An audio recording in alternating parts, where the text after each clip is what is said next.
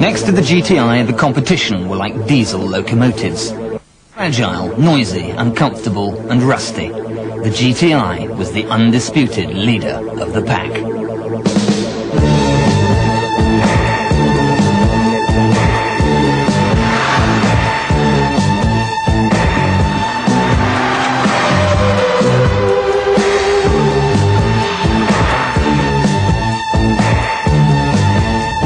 There were two really great things about the GTI. First, it could dance rings round cars that cost 10 times as much. And secondly, it flattered you. It made you think you were a good driver.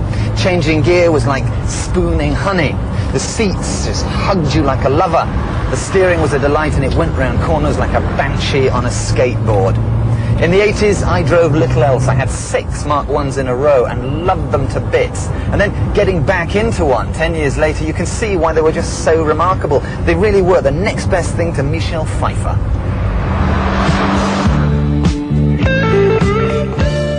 Suddenly, the GTI was the happening car of the 80s. Thrusting and quick-witted, it became an achiever's car, the ideal accessory for a decade obsessed with design, style and assertiveness. She told us to work hard, while she told us to pose hard. The GTI did both.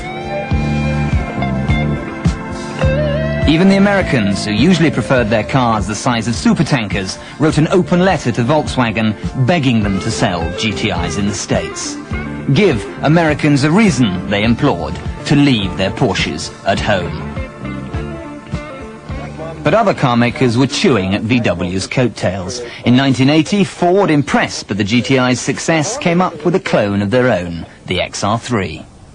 I think Ford definitely did copy the GTI concept with the XR3. They would probably admit it if they weren't, talking publicly. It was a very good idea. They could see the way the market responded to it, and they went at it as hard as they could go. The XR3 duly became the top-selling GTI car in Britain. Even without fuel injection, the XR3 was turning heads, but the GTI seemed to be turning too many.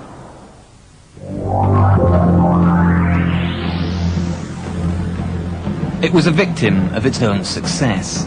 If you couldn't afford one, you simply helped yourself. Those 3 emotive letters had become a liability.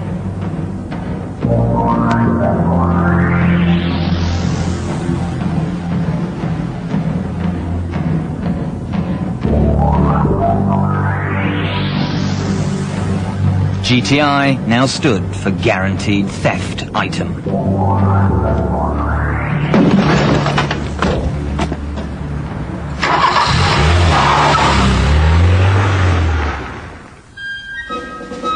From juveniles and joyriders to captains and colonels, the GTI's appeal was universal. Middle-class professionals admired its intelligent design and almost military precision. On a barracks in North London, we found 3, each fiercely admired by every age, sex and rank.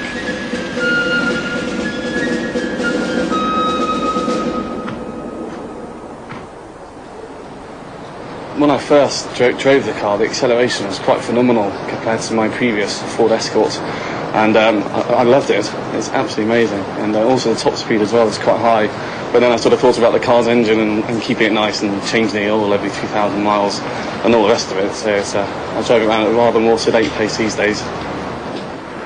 It was very fashionable amongst the military in the early 80s to have a Golf GTI, and any sort of guards mess you walked into had a line of black Golf GTIs lined up outside. I think they were popular because they had a bit of an image. They were the sort of first hot hatchback. They were sleek, they were nippy, and they were just a go-faster car. My wife, whose car it actually is, I suppose, in theory, is very keen on the appearance, and I like that too, but the performance is its main claim to fame. Always was, and it had terrific reviews, as you know. And it's lived up to all of the expectations I had, even to the brakes, which are, as you know, distinctly iffy.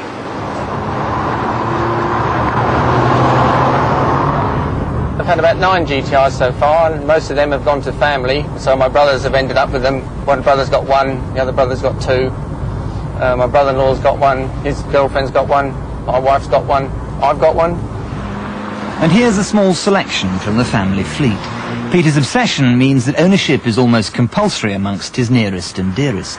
They all agree it's a fine car, but it's one that can rule your life. Probably the chief drawback of the car is they're such fun that you really do get hooked on them, and the enthusiasm just takes off. And so when Pete and I get together, we just tend to end up talking about nothing else. But if you think that's obsessive behaviour, you haven't heard the half of it.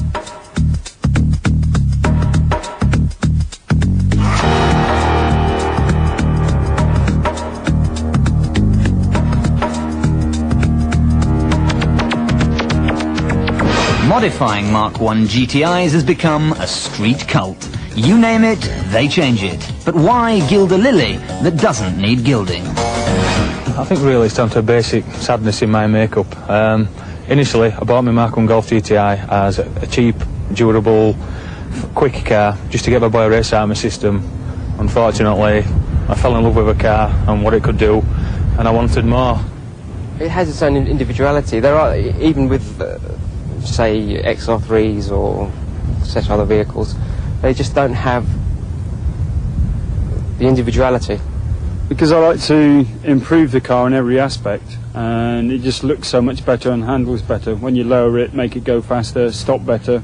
The Mark I GTI is the original and best of all the hot hatchbacks, and I just try to make something that's already the best better. But some reckon that the best should not be bettered, that the original GTI in its purest form is an emergent classic. This car is a classic car. 3 reasons. Classic Car Magazine listed as an insurable classic. I have insured it as a classic because it's over 10 years old, and they are now becoming very hard to get, and people come up to me in the street and say, will you sell it? That is a classic car. To their credit, Volkswagen never lost sight of what made the GTI great. They spent a whole hill of money making the Mark II more refined, but managed to keep most of its personality and panache. And the latest City Slick Mark III might ooze modernity, but it can still trace its bloodline all the way back to that matchless Mark I of '76. The Mark I Golf GTI was the first cheap performance car that you did not have to suffer to own, and that is why it started a trend which endures today, and it will endure for another 20 years. I don't see why not. The GTI revolutionized the way we think about little cars. It was the first, the finest and the most widely imitated small, fast car in the world. It gave high-tech handling and budget performance to millions of motorists. It might not have wire wheels or leather seats, be low, snorty or multi-carburetted, but it's a real classic in the truest sense of the word. You didn't really think we were going to drop it, did you? If only all cars were as enduring as a GTI.